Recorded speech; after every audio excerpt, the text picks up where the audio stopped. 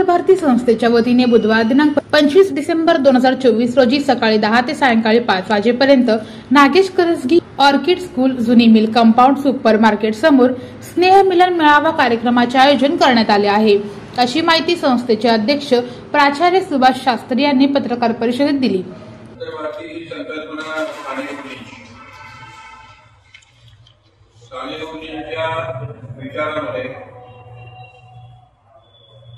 सर्व भारतातील सर्व धर्म प्रांत भाषा संस्कृती या सर्वांचा एक समन्वय व्हावा आणि सर्व गुण्यागोविंदाने भारताचे लोक एकत्र राहावे अशा अर्थाने ते प्रयत्न करत होते। आयुष्यभर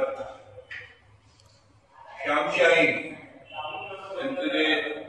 त्यांची कृती आहे अत्यंत महत्वाची, त्यातून संस्काराचे भिडे घेण्यासारखे आहेत आणि त्या संस्कारातूनच जी संवेदनात्मक वृत्ती माणसाची वाढते आणि ती संवेदनात्मक वृत्ती आयुष्यामध्ये जपली आणि त्यांच्या ते साहित्यामधूनही दिसून येतं, प्रत्येक साहित्य ग्रंथामधून दिसून येतं। समाजाप्रती ही संवेदना आपण ठेवली पाहिजे आणि 1930 साली ते गांधीजी बरोबर जोडले गेले।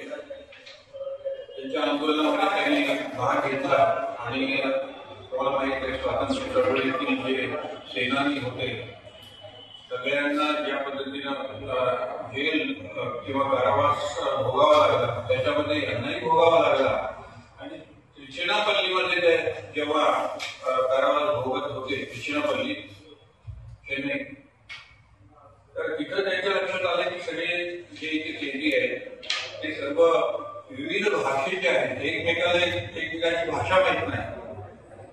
ही समस्या तुमच्या लक्षात आली म्हणून त्यावेळेस त्यांच्या डोक्यात आले की आपण आता भारताच्या एकतेसाठी, भारताच्या सांस्कृतिक एकतेसाठी, भाषिक, तांत्रिक आणि धार्मिक एकतेसाठी आपण काहीतरी आयुष्यभर कार्य केलं पाहिजे या उद्देशाने ते कार्य करू लागले।